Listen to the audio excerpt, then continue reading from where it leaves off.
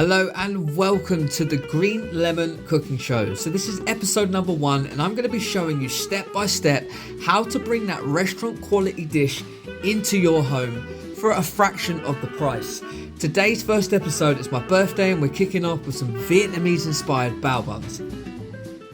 So you're going to need 560 grams of plain flour, 30 milliliters of oil and 30 grams of granulated sugar. 220 milliliters of milk, 1 teaspoon of baking powder, and 6 grams of fast action instant yeast. So step 1, into a bowl is going to go your flour, but you're going to pass your flour through a sieve. This is to remove all of the lumps and make sure that the bao bun can really rise in the steamer and be the fluffiest version it can be. Okay, repeat this process until you've done all of your flour.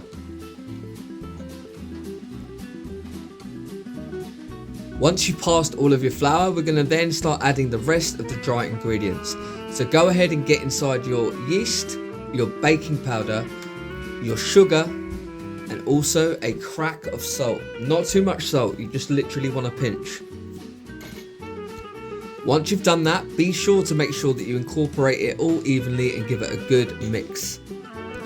Now you're going to create a little well in the center of the dry mix so that we can start incorporating our wet mix.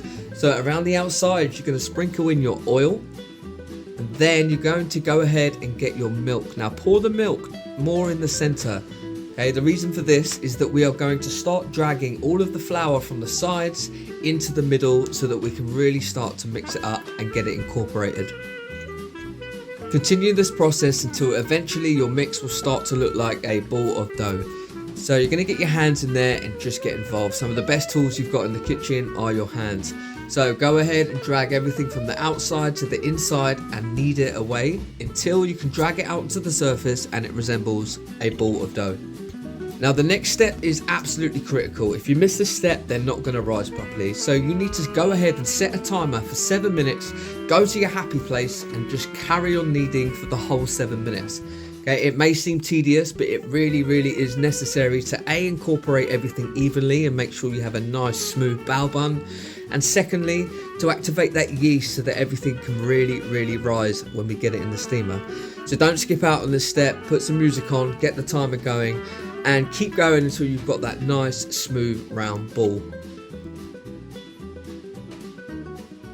Then once you're happy that your ball is smooth enough and that you have done it for the appropriate amount of time, then you're going to get it into a bowl so that we can start to proof it. Now you're going to add a touch of olive oil or any oil just to lubricate the bottom and make sure that our dough doesn't stick. The last thing you want after an hour of proofing is to yank it out and just ruin your dough completely. So once you're happy that it's in there and it's oiled up, get it wrapped up and we're going to come back in an hour until it's either doubled in size or the hour has passed.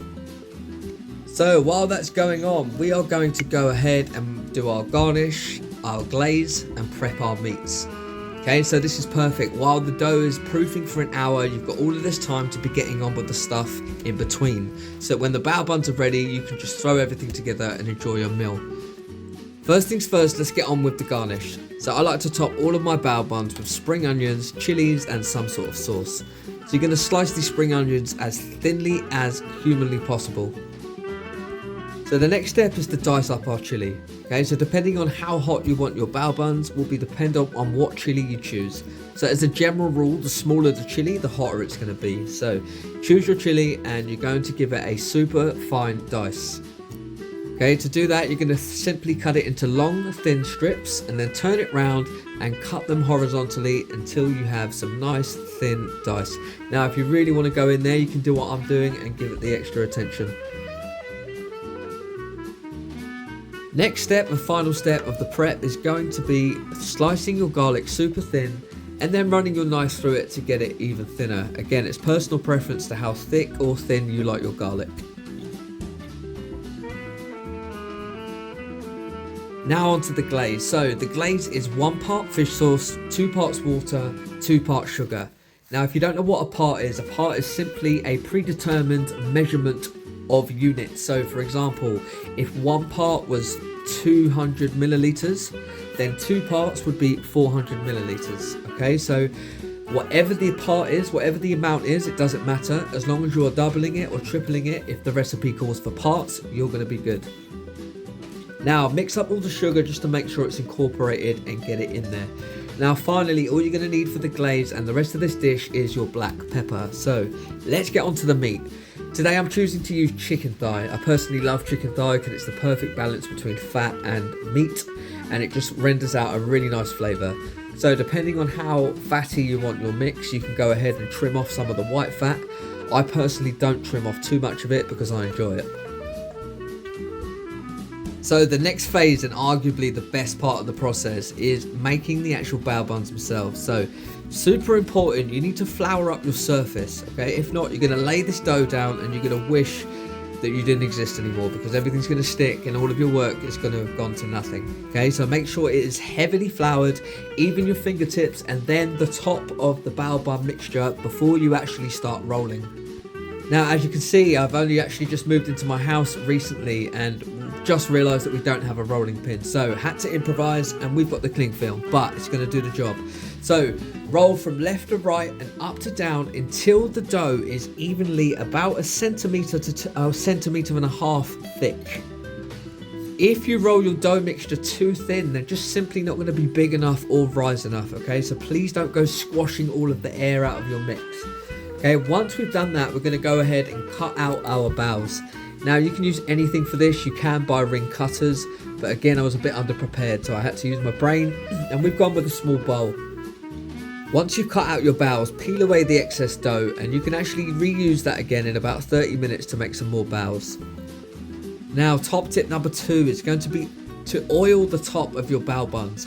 When you close these up without oil, they're just going to become one again, okay? So when you go to open them up, it's not going to happen. So it's super important to oil the tops before you actually close them over and form your bao buns.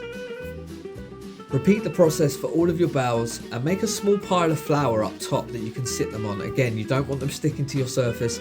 Imagine that you've done all of this work, you've rolled them all out, you've cut them up, you've made them actually into a bao bun, and then you come back and it's just going to peel off the surface and it's going to be ruined. Next step is you're going to want to get some parchment paper, okay? So just rip out some small strips of the parchment paper and get your bao buns on top to rest for another further 10 minutes. Right, let's get clean.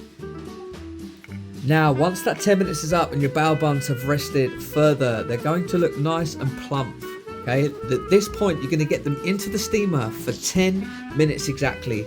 Make sure that steamer is ripping hot before anything goes inside, and make sure they're in there for 10 minutes. Next up, you're going to get your chicken into a ripping hot pan, okay, and just wait 3 or 4 minutes. Probably the best advice I can give you is just to leave it alone. A lot of people naturally want to act like a chef and start flipping it around and doing all this, that and the other, but just leave it for 3 or 4 minutes to really develop flavour. Now, if you actually wait the 3 minutes, okay, when you flip your chicken over, you're going to see dark brown crispy chicken, which is so flavorful. All of that fat from the thigh is rendered out and just become super crispy. Now throw in your chillies. Once you've got that good colour, we want to start adding some more flavour. So get your chillies in and saute for about a minute or 2 before adding your garlic. Now we add our garlic right at the end because we don't want it to burn, okay? Bitter garlic can ruin a dish very quickly. Now I've chucked in some chili oil. I like things super spicy. You can skip this part, but it gives it a really nice touch and a nice kick, and it also adds beautiful colour to the filling. Okay, once you're happy that all of the aromats have toasted off, you're going to pour in a small amount of your glaze. Because of the high sugar content, you really don't need a lot, and it's going to go so far and it's going to caramelise and it's going to start to really hug that chicken. Now you know you're done when you're flipping it around and there's really not much liquid in the pan. It's all on the chicken, it's all been evenly coated, and you can smell it. So we're going to hit this right at the end with some fresh spring onions just to give it that colour and bring that freshness and give that snap.